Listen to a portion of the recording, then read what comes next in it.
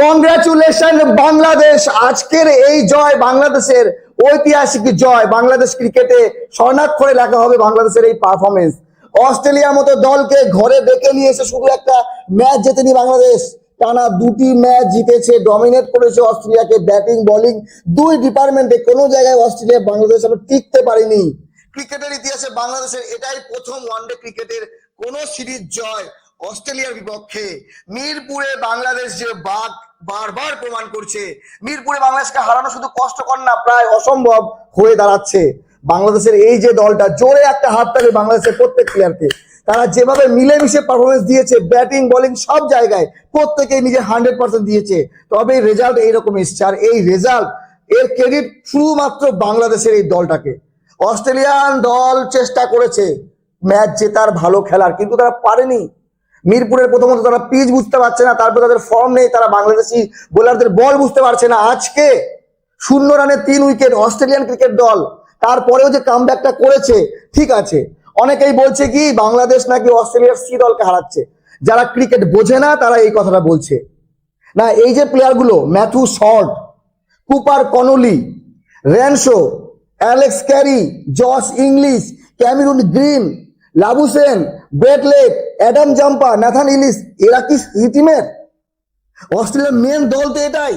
হ্যাঁ, দুজন প্লেয়ার নেই, কে? এক হচ্ছে ট্রাভিস হেড, দ্বিতীয় হচ্ছে মিচেল মার্শ। এই দুজন নেই, বাকি তো অস্ট্রেলিয়ার পুরো দলটাই খেলছে। কিন্তু এইভাবে গো হারবে বাংলাদেশের কাছে। দেখেন, বাংলাদেশের এই পারফরমেন্স, এই জয়ের এর ক্রেডিট কখনোই অস্ট্রেলিয়ার দল নিতে পারবে না। এর ক্রেডিট পুরোপুরি বাংলাদেশের। বাংলাদেশ আজকে যে শুরুটা করেছিল, অস্ট্রেলিয়া টসে জিতে ব্যাট করার সিদ্ধান্ত নেয়, কারণ প্রথম ম্যাচে 284 রান করেছিল বাংলাদেশ।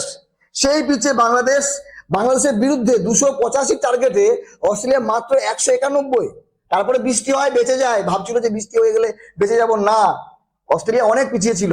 আজকেও দেখেন, অস্ট্রেলিয়া 8 উইকেটে 42 ওভারে রান করে 187, কিন্তু বাংলাদেশের টার্গেট 41 ওভারে 192।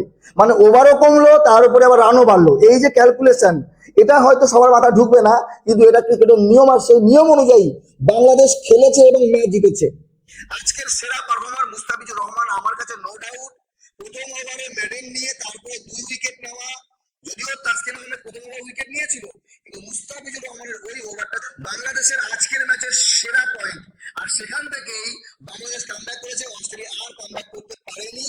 তানজিদ তামিম আজকে 16 রান আউট হলেও সৌম্য সরকার 42, নাজমুল হাসান শান্ত 41, এই দুজনের পার্টনারশিপ বাংলাদেশকে জয়ের দিকে নিয়ে যায়। লিটন কুমার দাস 21 রান করে, তহিদ হৃদয় ফিনিশিং করে দেয় 40 রানে, এবং মেহেদী হাসান মিরাজ 22 বলে 22 রান করে নট আউট থাকে। বাংলাদেশ আর অস্ট্রেলিয়া ম্যাচের আজকে এই হলো সামারি।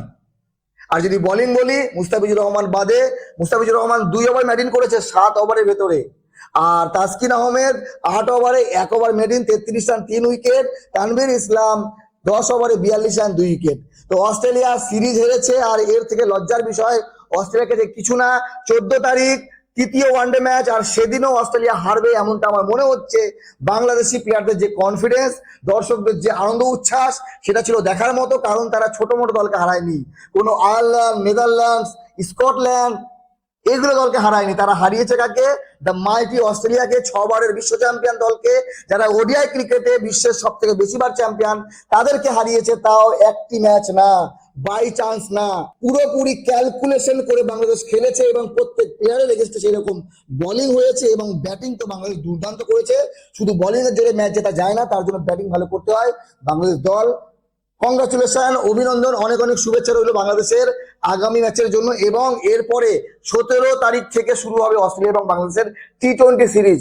আশা করি সেই সিরিজে অস্ট্রেলিয়াকে বাংলাদেশ হারাবে, কারণ বাংলাদেশের ঘরের মাটিতে খেলা। যদিও টি20তে বাংলাদেশ খুব একটা হার্ড হিটিং করতে পারে না, তবে বাংলাদেশ ভালো ফর্মে আছে, এই দলটা ভালো কিছু করবে।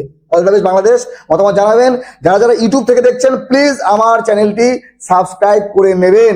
ভালো থাকবেন সবাই।